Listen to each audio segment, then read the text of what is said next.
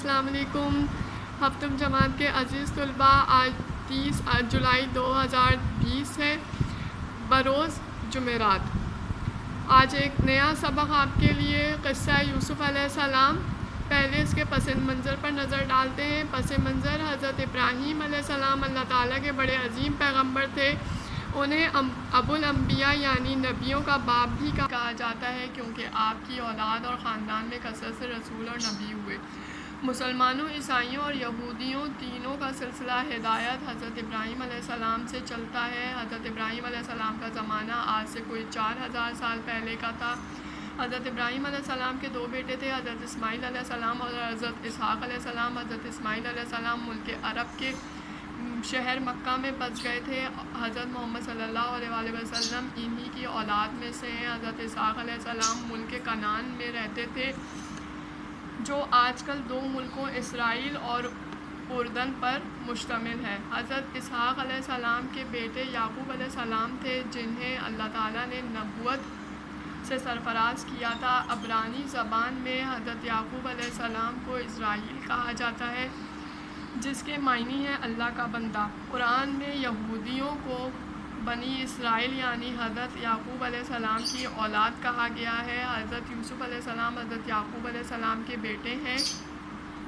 حضرت یوسف علیہ السلام کے قصے کو قرآن مجید میں احسن القصص یعنی قصوں میں خوب تر قرار دیا ہے۔ قرآن مجید کی ایک پوری صورت اس قصے کے لیے مخصوص کی گئی ہے۔ اللہ تعالیٰ نے اس قصے کے ذریعے حضرت یوسف علیہ السلام کے عزم و ہمت اور بلند کرداری کو آنے والی تمام نسلوں کے لیے مثال کے طور پر محفوظ کر دیا ہے۔ اس پس منظر پہ نظر ڈالتے ہیں۔ اس پس منظر میں حضرت ابراہیم علیہ السلام کی اولاد حضرت اسحاق اور حضرت اسماعیل علیہ السلام کے بارے میں ذکر کیا گیا ہے، جس میں بتایا حضرت اسماعیل علیہ السلام حضور پاک صلی اللہ علیہ وسلم کے آباء و اجداد میں سے ہیں، اور حضرت اسحاق علیہ السلام کے بیٹے یعقوب علیہ السلام ہیں، ان کے بیٹے حضرت یوسف علیہ السلام ہیں، اور جو ہے وہ حضرت یوسف علیہ السلام کا قصہ قصوں میں خوب تر قرار دیا ہے، یعنی کہ اللہ تعالیٰ نے سب سے اچھا قصہ اسی کو قرار دیا ہے۔ حضرت یوسف علیہ السلام کی یہاں پہ ہمت و عزم و ہمت اور بلند کرداری کو بیان کیا گیا ہے۔ سبق کی طرف آتے ہیں۔ بابا جان، میں نے خواب میں دیکھا کہ 11 ستارے، چاند اور سورج سب میرے سامنے جھکے ہوئے ہیں۔ بیٹے، اس خواب کا ذکر اپنے بھائیوں سے نہ کرنا، ایسا نہ ہو کہ شیطان کے بہکاوے میں آ کر وہ تمہیں کچھ نقصان پہنچائیں۔ یہ گفتگو حضرت یعقوب علیہ السلام اور ان کے 12 سالہ بیٹے حضرت یوسف علیہ السلام کی ہے۔ حضرت یعقوب علیہ السلام کے 12 بیٹے تھے، ان میں سے 2 چھوٹے بیٹے یوسف اور بنیامین ایک ماں سے تھے، اور باقی 10 بیٹے دوسری ماؤں سے تھے۔ حضرت یعقوب علیہ السلام حضرت یوسف علیہ السلام کی پیاری عادات کی وجہ سے ان سے بہت محبت کرتے تھے۔ یہ بات ان کے بھائیوں کو پسند نہ تھی، اور وہ حسد کا شکار ہو گئے تھے۔ وہ حضرت یوسف علیہ السلام کو طرح طرح سے تنگ کرتے۔ ان کے اسی رویے کی وجہ سے حضرت یعقوب علیہ السلام نے حضرت یوسف علیہ السلام کو یہ نصیحت کی کہ وہ اپنا خواب بھائیوں کو نہ سنائیں۔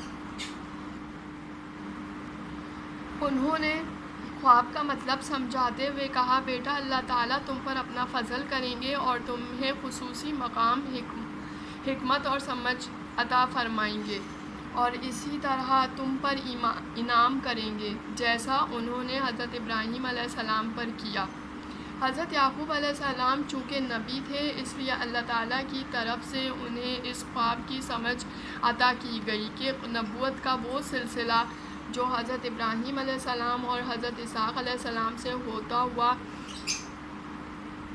ان تک پہنچا تھا، حضرت یوسف علیہ السلام کو منتقل ہو گیا، اور 11 ستاروں سے مراد ان کے بھائی اور سورج، چاند ماں باپ ہیں، جو اس زمانے کے رواج کے مطابق حضرت یوسف علیہ السلام کی تعظیم کریں گے۔ حضرت یوسف علیہ السلام کے لیے اپنے والد کے دل میں محبت اور بغض دیکھ کر تمام بھائیوں نے مل کر ان کے خلاف ایک سازش تیار کی تاکہ انہیں راستے سے ہٹا دیں۔ انہوں نے منصوبہ بنایا کہ وہ یوسف علیہ السلام کو کنویں میں پھینک دیں گے۔ ایک دن سارے بھائی حضرت یعقوب علیہ السلام کے پاس آ کر کہنے لگے، ابا جان، آپ یوسف علیہ السلام کے بارے میں ہم پر اعتماد کیوں نہیں کرتے؟ وہ ہمارا بھائی ہے اور ہم اس کے خیر خواہ ہیں۔ آپ اسے ہمارے ساتھ جنگل بھیج دیا کریں تاکہ وہ ہمارے ساتھ کھیلے کودے۔ حضرت یعقوب علیہ السلام نے منع فرمایا، لیکن جب انہوں نے بہت اصرار کیا تو خدشہ ظاہر کیا، ایسا نہ ہو کہ تم کھیل کود میں لگ جاؤ اور کوئی بھیڑیا اسے کھا جائے۔ انہوں نے کہا، نہیں ابا جان، ہم وعدہ کرتے ہیں کہ ہم اس کی حفاظت اپنی جان سے بڑھ کر کریں گے، اور یوں نہ چاہتے ہوئے بھی حضرت یعقوب علیہ السلام نے اجازت دے دی۔ روایت ہے کہ بھائیوں نے چراگاہ کے قریب پہنچ کر حضرت یوسف علیہ السلام کو مارا اور گھسیٹتے ہوئے کنویں تک لے آئے، اور انہوں نے حضرت یوسف علیہ السلام کی قمیض اتاری اور انہیں کنویں میں پھینک دیا۔ حضرت یوسف علیہ السلام جب کنویں میں گر رہے تھے تو انہیں محسوس ہوا کہ کوئی کہہ رہا ہے، اے یوسف، حوصلہ رکھنا، ایک وقت آنے والا ہے کہ یہ سب تمہارے سامنے مجرموں کی طرح کھڑے ہوں گے۔ وہ کنویں میں موجود ایک پتھر پر بیٹھ گئے۔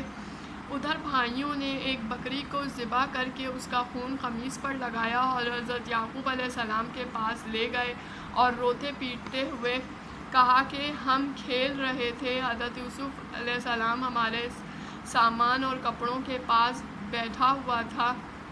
یوسف ہمارے سامان اور کپڑوں کے پاس بیٹھا ہوا تھا۔ جب ہم کھیل کر واپس آئے تو دیکھا کہ بھیڑیا یوسف کو کھا چکا تھا۔ حضرت یعقوب علیہ السلام کو انہوں نے قمیص دکھائی جس پر خون لگا ہوا تھا۔ حضرت یعقوب علیہ السلام صدمے سے نڈھال ہو چکے تھے، لیکن قمیص دیکھ کر وہ سمجھ گئے کہ یوسف علیہ السلام زندہ ہیں، کیونکہ اگر بھیڑیا انہیں کھاتا تو قمیص ثابت نہ رہتی۔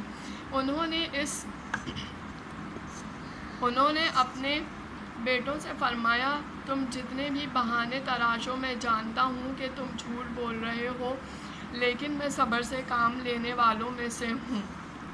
مصر جانے والا ایک قافلہ پانی پینے اس کنویں کے پاس رکا۔ پانی نکالنے کے لیے ایک آدمی نے کنویں میں ڈول ڈالا تو اس میں ایک خوبصورت لڑکے کو بیٹھا پا کر وہ خوش ہوا۔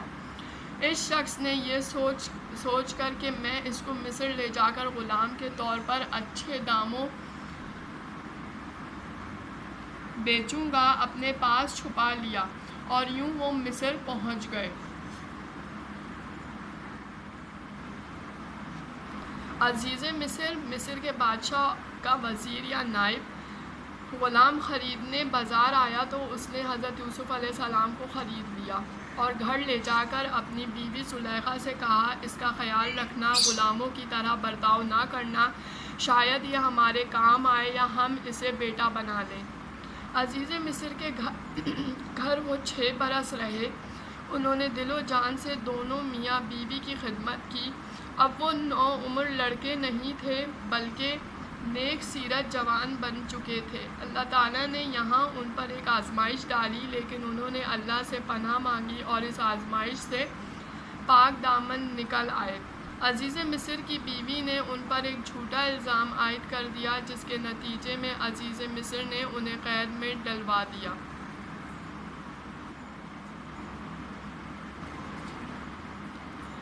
اللہ تعالیٰ نے آپ کو خوابوں کی تعبیر کا علم بخشا۔ آپ قید خانے میں لوگوں کو ان کے خوابوں کی تعبیر بتاتے جو درست ثابت ہوتی۔ قید خانے کا منتظم اور دوسرے قیدی آپ کے عقیدت مند ہو گئے۔ عزیز طلبہ، سبق کافی لمبا ہے، اس لیے اس کا باقی حصہ میں اگلے بیان میں پورا مکمل کروں گی اور اس کا خلاصہ بھی مختصراً بیان کروں گی۔ جب تک کے لیے اللہ حافظ۔